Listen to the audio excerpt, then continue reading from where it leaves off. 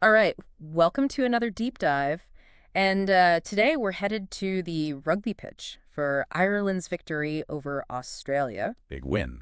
in the final game of the 2024 Autumn Nations series. Absolutely. We've got a recent Sky Sports article giving us all the details, but Yeah, trust me, this match had it all. it A did. second half comeback, Oh, yeah. a coaching duel, For the ages. and a milestone moment in Irish rugby history. So Yeah. buckle up. This wasn't just any old game. This was like the peak Oh, yeah. of a roller coaster Autumn Nation series for Ireland. Yeah. We're talking tough loss to New Zealand, Yeah, wins against Argentina, Fiji. right. And to top it all off, Yeah. this all landed right on the 150th anniversary of the Irish Rugby Football Union. Oh, the pressure. Talk about pressure. And to add even more to that, you've got Andy Farrell about to head off as head coach for the British and Irish Lions in 2025 Huge. against Australia. The very same. So it's like a little sneak peek into the future here. And who is his successor? Joe Schmidt is the one leading the Wallabies. Oh, wow. It just adds like another layer to everything, doesn't it? Oh. Almost Shakespearean. Yeah. So we've got the overview of the match and everything swirling around it. Right. But let's dive into what really makes this interesting, which is the coaching matchup. Yeah. Farrell about to lead the Lions, going head-to-head with the guy that led Ireland to so much success. It's poetic. It is. And you can see Schmidt's influence on the Wallabies, even in that first half. Yeah. They came out firing, Yeah. scoring early thanks to Max Jorgensen and racking up points with Lulizio's boot. Right. Ireland looked sluggish and trailing 13-5 at halftime on home soil. Ooh. That hadn't happened in 8 years. 8 years. 8 years. What was going through Farrell's mind? Was he seeing ghosts of Schmidt's strategies from their time together? It makes you wonder if he was looking in a mirror, right? Right. But whatever happened at halftime, Ireland came out a completely different team. Yeah. It wasn't just passion. There were tactical adjustments, too.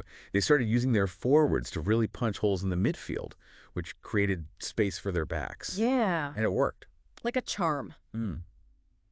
Let's break down those key players who really sparked that turnaround, because we had some standout performances here. Oh, for sure. First, you got to mention Sam Prendergast making his debut Yeah. in such a high-pressure match. And the kid delivers like a seasoned pro, Wow. crucial penalty kicks. Yeah. Composure he showed. Is this a glimpse into Ireland's future at fly half? He didn't crack under pressure. No. Now, you pair that composure with the power of Caelan Doris. Oh, yeah. That try he scored was a turning point in the match. Pure strength, Yeah. determination, just bursting through the Wallabies' defense. And you can't forget Gus McCarthy, the young hooker scoring the match-winning try in the final minutes. Talk about a storybook ending. It was a true team effort, but those three really embody what Irish rugby is all about. Yeah. Grit, determination, a never-say-die attitude. But let's not forget another veteran who had a massive night. Yeah. Cian Healy earning a record-breaking 134th cap for Ireland. Now that's legendary status. Oh, yeah. A testament to his dedication and skill. Right. And to achieve that in such a crucial match adds another layer to the whole story. Amazing to see him contributing at such a high level after all these years. He wasn't just there for the ceremony. Right. He was making tackles, carrying the ball. Yeah. A true leader on and off the pitch. Okay, so we covered the comeback, the key players. But let's circle back to that coaching duel. What stood out to you about the Farrell-Schmidt matchup? It's fascinating because Schmidt almost pulled off the upset. Oh, wow. He knows Ireland's strengths and weaknesses better than anyone. Right? And he used that to craft a game plan that nearly silenced the Irish crowd. It's almost as if he was trying to prove a point. Like, hey, I still know how to beat this team. And you can imagine the pressure on Farrell facing his former mentor, Oh, yeah. the man who brought him into the Irish setup. In a match with so much historical significance, that's a lot to handle. Yeah. But he persevered, which says a lot about his leadership. And the article mentions some of Farrell's comments after the match. Yeah. What was his take on the victory, knowing he's about to lead the Lions against the very team he just defeated? He was proud of the win, emphasized the team's resilience. Yeah. He even joked about needing that win to settle his nerves Oh. before facing the Wallabies again with the Lions. Right. But he also acknowledged there's a lot of work to do before the tour. So he's celebrating, but keeping one eye on the future. A true leader's perspective. Yeah. But did you see any hints of Farrell's Lions strategy in this match? Anything that might give us a clue about his approach next year? That's a great question, and that's exactly what we'll unpack in part 2 of this deep dive. Picking up where we left off, it's really interesting to look for clues about Farrell's Lions strategy in this match. Right. Did you notice anything specific that might translate to the Lions tour? Well, one thing that stood out was Ireland's ability to adapt in the second half. They went away from their usual structured game and started playing with more width and tempo, Right. which seemed to catch the Wallabies off guard. So are you saying we might see the Lions play a more expansive game under Farrell? A bit of a departure from the traditional forward-oriented approach. It's possible Farrell has always been pragmatic, adapting his tactics to suit the players he has available. Yeah. And with the talent pool he'll have access to for the Lions, Right. he might be tempted to unleash a more attacking style of play. That would be exciting to watch. Yeah. But let's not forget about the other side of this Joe Schmidt. Yeah. What did you make of his tactics with the Wallabies? Schmidt clearly did his homework. Yeah. He knew how to exploit some of Ireland's weaknesses, Yeah. particularly in the first half. Right. He had them rattled. And you could see the frustration on the faces of some of the Irish players. It's like he was playing mind games with Farrell pushing his buttons and seeing how he'd react. Exactly. And you can bet that Schmidt took notes from that match. Oh, yeah. He'll be studying Ireland's second half adjustments and trying to figure out how to counter them for the Lions tour. So this match wasn't just a thrilling contest. It was also a tactical chess match with both coaches trying to outmaneuver each other. Absolutely. But beyond the coaching battle, there were some individual performances that deserve another look, wouldn't you say? For sure. We've already talked about Prendergast, Doris, and McCarthy, but let's delve a little deeper into their performances. All right, let's start with Prendergast. His debut was impressive, but what specifically caught your eye?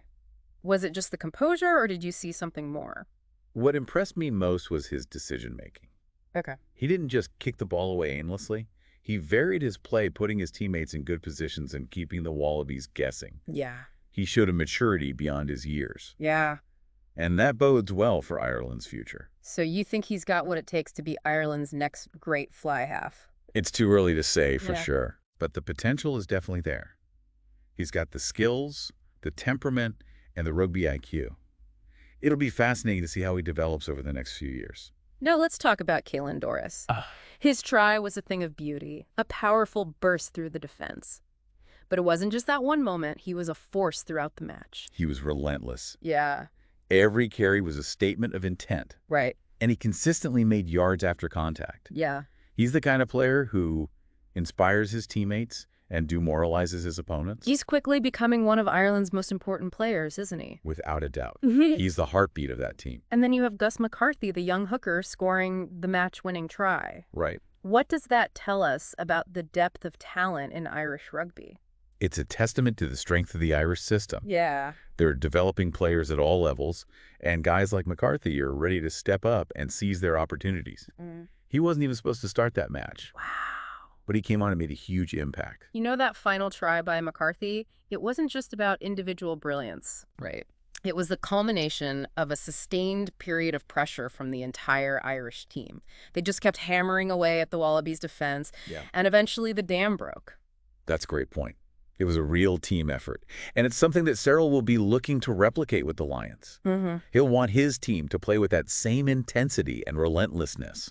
Speaking of the Lions tour, do you think this match gives us any insight into how the Wallabies might approach that series? Did they reveal any particular strengths or weaknesses that the Lions could exploit? That's an excellent question. I think it does. We saw that the Wallabies are capable of playing some brilliant attacking rugby, Right. but they can also be vulnerable defensively, especially when they're under pressure. So the key for the Lions would be to disrupt their rhythm, to force them into making mistakes. Precisely. The Lions will need to be physical and aggressive, both in attack and defense. They can't afford to give the Wallabies any breathing room. Now let's shift gears for a moment and talk about something that's often overlooked, but is crucial to any rugby team's success. The set pieces. How did Ireland perform in the scrums and lineouts? That's a great question. Yeah. And it's an area where Ireland really excelled. Their scrum was dominant for most of the match, and they consistently won their own line-out ball. So their set piece dominance laid the foundation for their victory. Absolutely. It gave them a platform to launch their attacks and put the Wallabies on the back foot. Okay, we've covered a lot of ground, but there's one more thing I want to touch on, the atmosphere at the Aviva Stadium. Yeah. The article mentioned how the crowd was electric, especially during Ireland's second half comeback. The Aviva is always a special place to watch rugby. Yeah. But this match was something else. The crowd was like a 16th player for Ireland, Right. urging them on and creating a truly intimidating atmosphere for the Wallabies. It's those intangible factors that can sometimes make all the difference in a close match, wouldn't you say? Absolutely. The home crowd, the sense of occasion, the weight of history, all of those things can have a profound impact on the players. Ah. And in this case, it seemed to galvanize Ireland and spur them on to victory. It's a reminder that rugby is more than just a game. It's an emotional experience. For sure. And this match, with all its twists and turns, its heroes and villains, will be etched in the memories of Irish rugby fans for years to come. Right. But before we get too caught up in the nostalgia, there's one more aspect of this match that we need to explore in depth. Hold that thought. We'll dive into that fascinating topic in part 3 of our deep dive. Okay, so we analyzed the tactics, we dissected the key plays, and explored those emotional undercurrents that made this match so captivating. But there's one more aspect we haven't fully addressed, and it's that elephant in the first half, Ireland's sluggish start. Yeah, you're right. They came out looking a bit flat-footed, trailing 13-5 at halftime on their home turf. That's not the Ireland we're used to seeing. Exactly what happened. Were they simply caught off guard by the Wallabies' intensity? Or was there something more, something deeper at play? I think it's probably a combination of factors. You have to Right. acknowledge the pressure of the occasion. The 150th anniversary, Farrell's last game before the Lions tour. Right. Those things weigh heavily on a team. And you've got Joe Schmidt back in Dublin leading the opposition. Right. That must have added another layer of complexity both for the players and for Farrell. Absolutely. There's a psychological element there that can't be ignored. But beyond those emotional factors, you also have to look at the tactical side of things. The Wallabies came out with a very specific game plan to disrupt Ireland's flow, to slow down their ruck ball, and to target their halfbacks. And it worked. They were really effective in that first half, forcing Ireland into making mistakes and preventing them from establishing their usual rhythm. But what's impressive is how Ireland adjusted in the second half. They recognized the Wallabies' tactics and found ways to counter them. They started playing with more width, using their powerful runners to punch holes in the midfield. And they sped up their ruck ball, which gave their backs more time and space to operate. So it wasn't just about willpower, it was about tactical awareness and adaptation. Right. They figured out how to solve the puzzle that the Wallabies had presented them with. Exactly. And that's a testament to the quality of the coaching staff and the intelligence of the players. They didn't panic. They didn't let frustration get the better of them. They analyzed the situation, made adjustments, and came out firing in the second half. It's almost as if they used that first half deficit as fuel. They channeled that frustration into a determination to prove their doubters wrong. And in doing so, they showed that mental toughness that's become a hallmark of this Irish team. That's a great point. This Right. match was about more than just a victory. It was a statement. It was Ireland saying, we're not going to let anything stand in our way. We're here to compete at the highest level, and we're not going to back down from any challenge. And it sets up the Lions tour perfectly. Yeah. Farrell has proven that he can adapt, that he can overcome adversity, and that he can lead this team to victory against a formidable opponent. But on the flip side, Schmidt now has a blueprint of sorts for how to disrupt Ireland's game plan. Oh, right. He knows what worked in that first half, and he'll be looking to refine those tactics for the Lions series. So we're left with this fascinating dynamic. Farrell emboldened by this hard-fought victory, ready to take on the Wallabies once again on their home turf. And Schmidt, armed with valuable insights, determined to avenge this defeat and prove that he can still outsmart his former protege. It's a rivalry that's just getting started, and I, for one, can't wait to see how it unfolds. And that brings us to the end of our deep dive into Ireland's thrilling victory over Australia. We explored the tactics, the key players, the coaching battle, and all those emotional undercurrents that made this match so captivating. But we want to leave you with one final thought. As you watch the 2025 British and Irish Lions tour unfold, keep this match in mind. Remember the intensity, the drama, the strategic chess match that played out on the field. And ask yourself this, will Farrell's Ireland experience give him an edge? Or will Schmidt have a few tricks up his sleeve for a rematch? We'll be watching closely, and we hope you will too.